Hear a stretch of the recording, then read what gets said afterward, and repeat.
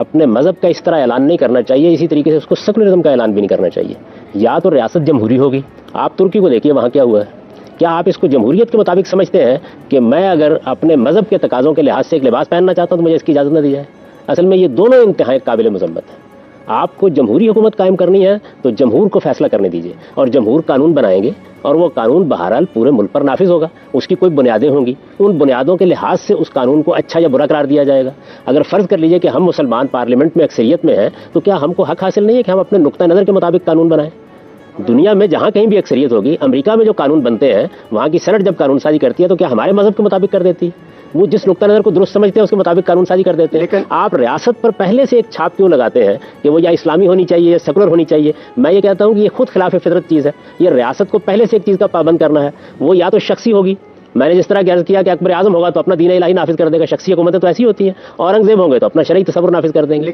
یا وہ جمہوری ہوگی. اگر وہ جمہوری ریاست ہے تو اس کو آزادی سے اپنا کام کرنے دیجیے. ریاست کا اوریجن سوشل کانٹریکٹ پہ بیس کرتا ہے اور ریاست اٹ سیلف باؤنڈ ہے. ریاست میری پرسنل لبرٹیز، میرا بلیف اور مجھے بولنے کی آزادی مجھے نہیں چھین سکتی. یہ میری پرسنل آزادیاں ریاست کیوں چھینتی ہے؟ اب ہوتا یہ ہے کہ آپ کہہ رہے ہیں نہیں ہونا چاہیے نا. آپ ریاست کو سیکولر قرار دے دیں گے. اکثریت اگر کوئی قانون بنائے تو ٹھیک ہے. اب اکثریت کو یہ حق حاصل نہیں ہے کہ وہ مذہب کے اوپر، پرسنل بلیف کے اوپر تنقید کرے اور اس کی بنیاد پہ میرے اوپر پابندیاں لگائے اور مجھے پکڑے. یہ اختیار نہیں ہے کہ اکثریت کو قانون بنانے کا حق ہے، آپ کی رائے کو کچھ کہنے کا حق نہیں ہے. ایک جمہوری ریاست میں ہم اکثریت کی بنیاد پر اکثریت کی رائے سے قانون بناتے ہیں. آپ کو حق دیتے ہیں کہ آپ اس پہ تنقید کریں، آپ اس کی غلطی واضح کریں، آپ لوگوں کو قائل کریں. ہو سکتا ہے آج اکثریت ایک نقطہ نظر کی حامل ہو، کل آپ کی تبلیغ و تلقین اور تعلیم کے نتیجے میں اکثریت ایک دوسرے نقطہ نظر کی حامل ہو جائے. آپ اس سے ایک جمہوری ریاست میں آپ آخر اس کا کیسے دفاع کرتے ہیں کہ ایک جمہوری حکومت قائم ہوتی ہے ترکی میں؟ وہ جمہوری حکومت یہ قانون بناتی ہے کہ اب بچیاں اسکارف لے کر آ سکتی ہیں. یہ نہیں کہہ رہی کہ اسکارف لینا لازم ہے، یہ کہہ رہی ہے کہ وہ اپنے نقطہ نظر کے مطابق اسکارف لے کر یونیورسٹی میں آ سکتی ہیں. عدالت اس کے خلاف فیصلہ کرتی ہے.